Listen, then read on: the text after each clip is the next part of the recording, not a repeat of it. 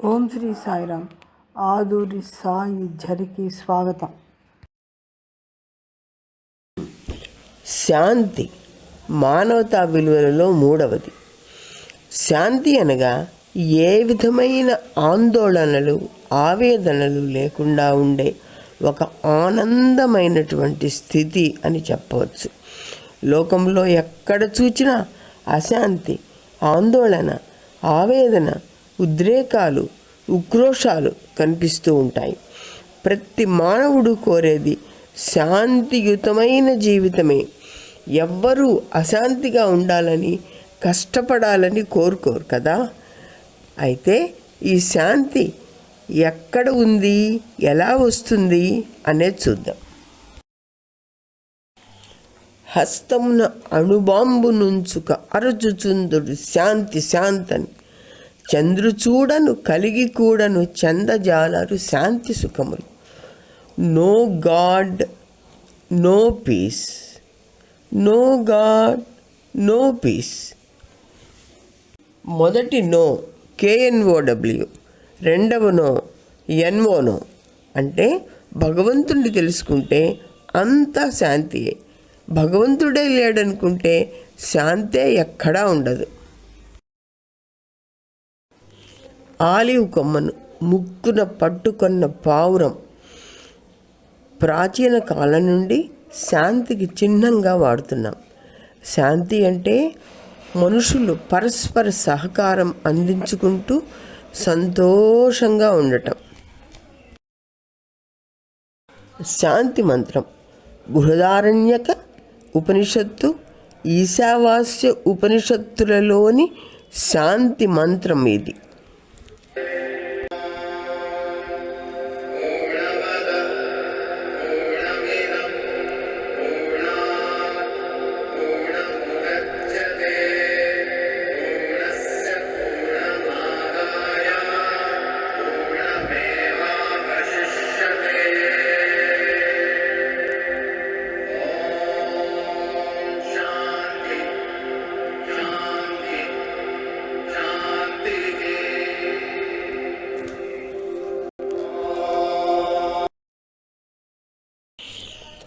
శాంతి మరెక్కడో లేదు, మన హృదయంలోనే ఉంది. పూర్వం ఒక వ్యక్తి కాశీయాత్రకు బయలుదేరాడు.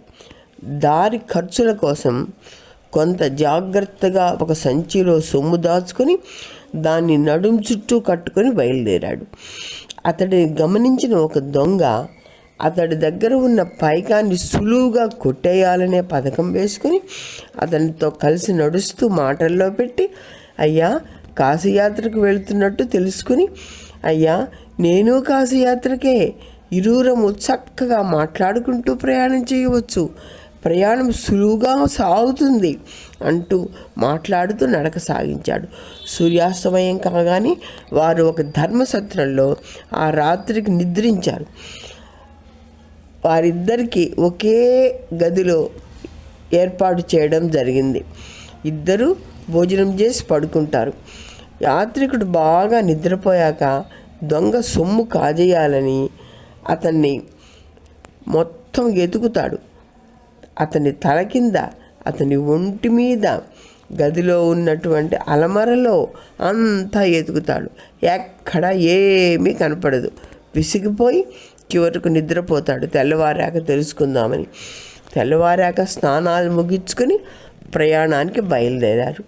నడుస్తూ ఉండగా చోరుడు, అయ్యా రాత్రి మీరు మీ ధనపు సంచి ఎక్కడ దాచారు అని అడుగుతాడు.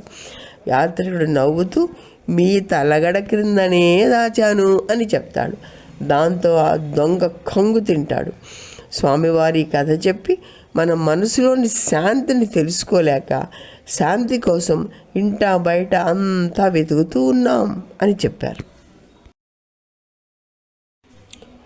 మనం కోరికలను అదుపులో పెట్టుకోగలిగినప్పుడు, మితిమీరిన కోరికలు లేనప్పుడు, ఉన్నదానితో తృప్తి పొందగలిగితే మనస్సు హాయిగా ఉంటుంది, శాంతిగా ఉంటుంది.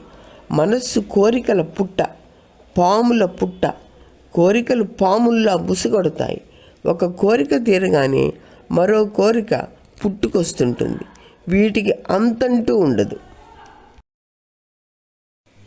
శాంతి, సంతోషం, ఆనందం మన సహజ స్వభావాలు.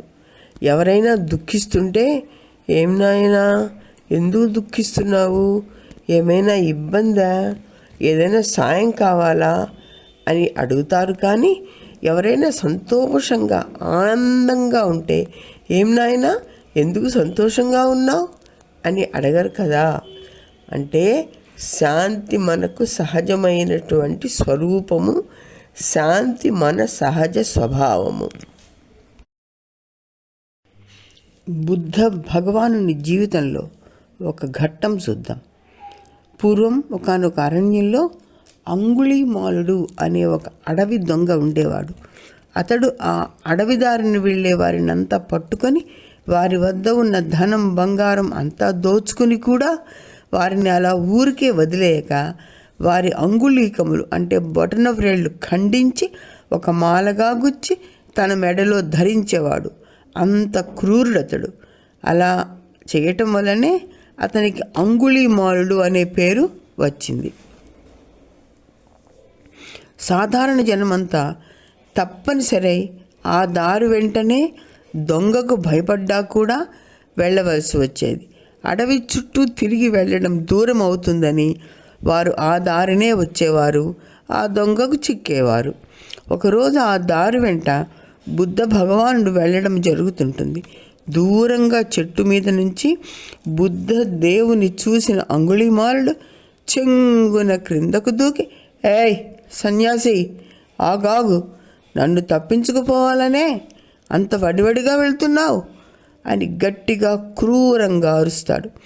అప్పుడు బుద్ధదేవుడు ప్రసన్న వదనంతో చిరునవ్వు నవ్వుతాడు. నాయనా, వడివడిగా పోతున్నది నీ మనస్సు కానీ నేను కాదు నాయనా, నేను ప్రశాంతంగానే నడుస్తున్నాను అంటాడు. ఆ గౌతముడు వెంటనే అడవి దొంగ, ఏయ్ నేనెవరో నీకు తెలుసా సన్నాసి, అంగుళీమాలుణ్ణి, నీ వ్రేళ్ళు నరుకుతాను, నీ వద్ద ఉన్నదంతా ముందుగా అక్కడ పెట్టు, చూపించు నీ వేళ్ళు అంటాడు.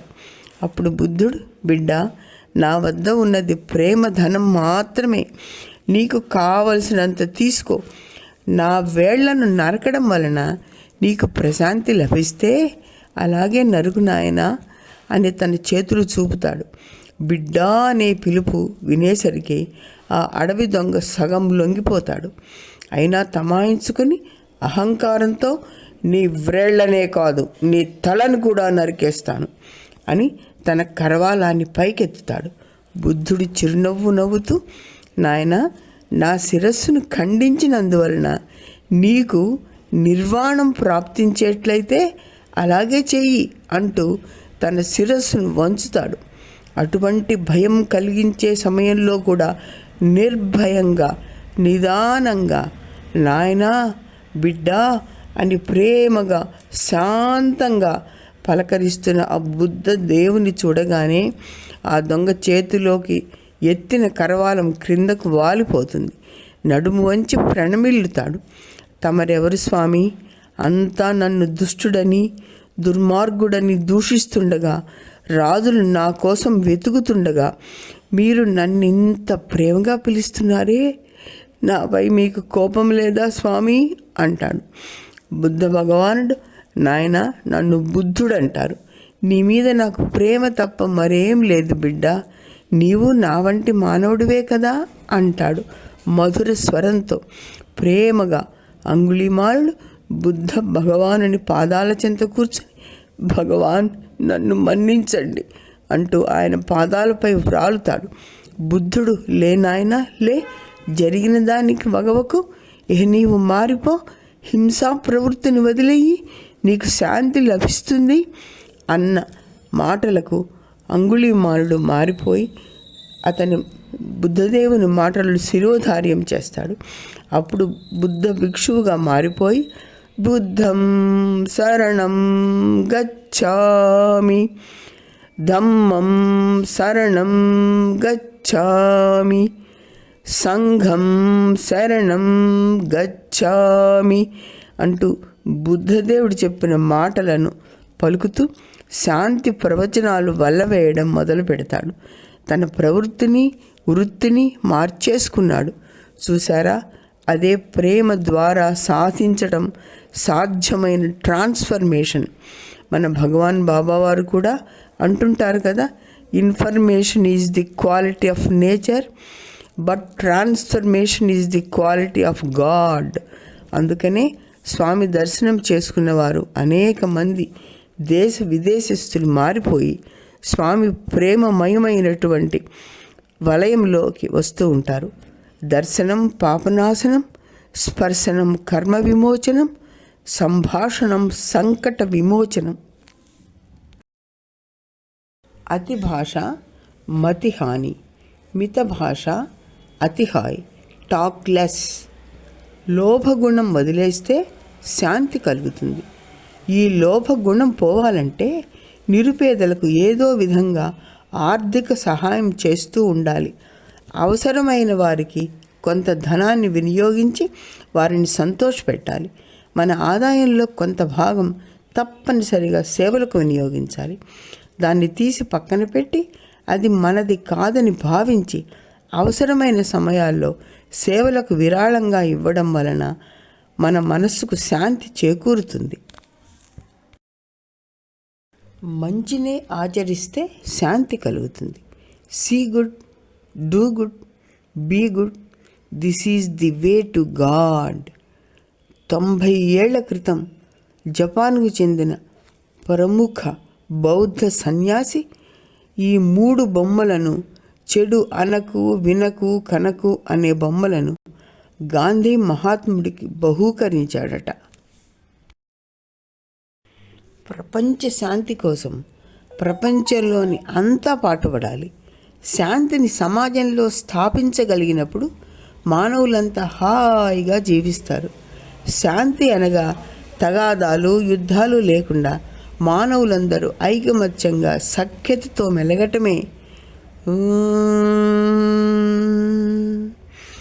శాంతి శాంతి శాంతి. ఓం శ్రీ సాయిరామ్. ఆదూరి సాయి ఝరికి స్వాగతం.